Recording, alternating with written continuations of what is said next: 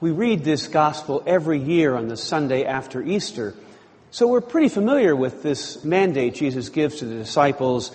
If you forgive the sins of any, they are forgiven them. If you retain the sins of any, they are retained. In the Gospel of Matthew, Jesus makes a similar declaration when he says to Peter, "Whatever you bind on earth shall be bound in heaven, and whatever you loose on earth shall be loosed in heaven." Now, we usually interpret that binding and loosing with sin, although sin is not mentioned. In John's Gospel, it seems that Jesus is giving the disciples power to both forgive and to withhold forgiveness. But in the Greek, the second phrase is more literally translated, "If you embrace anyone, they are embraced." The Greek word used means to hold fast or embrace. And the word for sin is not included in the second clause at all. It's added by the translators incorrectly. So this verse makes sense in light of the following verses about Thomas, whom Jesus embraces in all of his doubt. Jesus does not reprimand Thomas. In fact, just the opposite. He comes back specifically the second time for Thomas. And he offers Thomas peace. He almost seems to appreciate Thomas's honesty in expressing his doubt by inviting him to touch his wounds.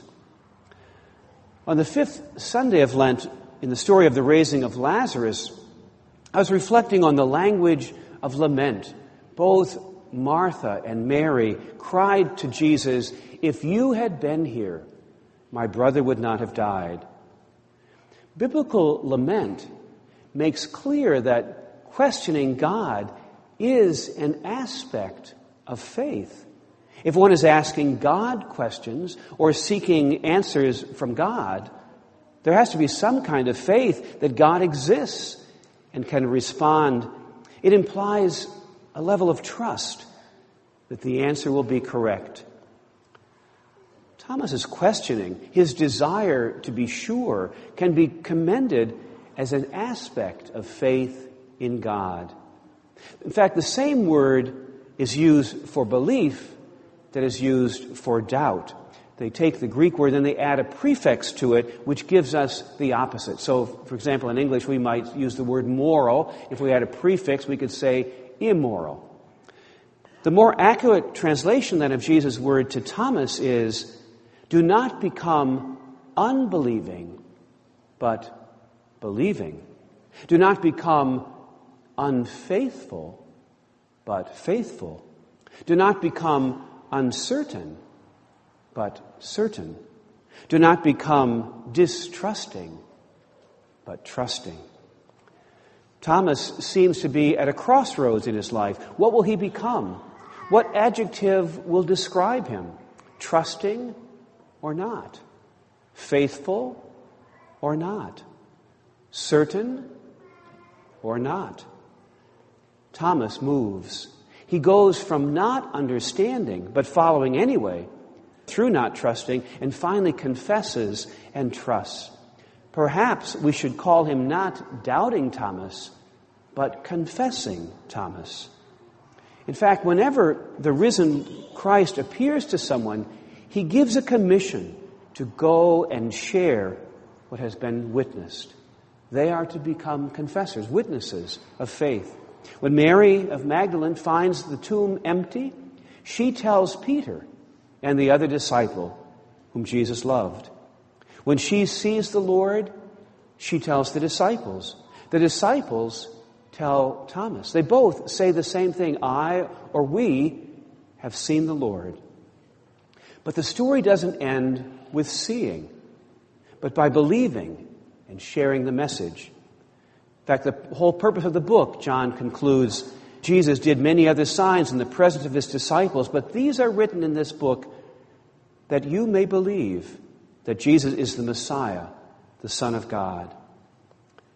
Just as Jesus commissioned his disciples to forgive others as he forgave them, so too does he commission Thomas to embrace others as he himself was embraced, even in all his doubt.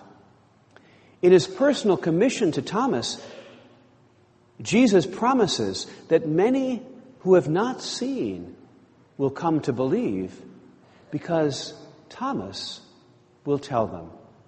And Thomas will embrace them even in their struggles and doubts. In John's Gospel, Thomas is always identified as a twin.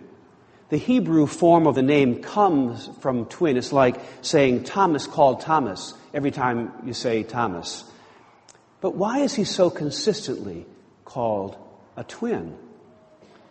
And Mary Magdalene was one of the first witnesses of the resurrection in all the Gospels. So let's imagine that Mary Magdalene is our sister. Together, we stumble through life in the half-dark, grieving and lost, and find an empty tomb. Resurrection is given to us again. We can weep for joy as we discover life is not over. If Mary Magdalene is our sister, we are even more the twin of Thomas. We long to follow, but scarcely understand what we are doing. We fail to trust. We insist on touching, finding absolute certainty. We hesitate to throw ourselves into the wounds which give birth to the church again. And even though they may hurt, will give us new life. But sometimes we see and hear and trust my Lord and my God with all our heart. Thomas is the twin because he is us. If Thomas can do it, why not you?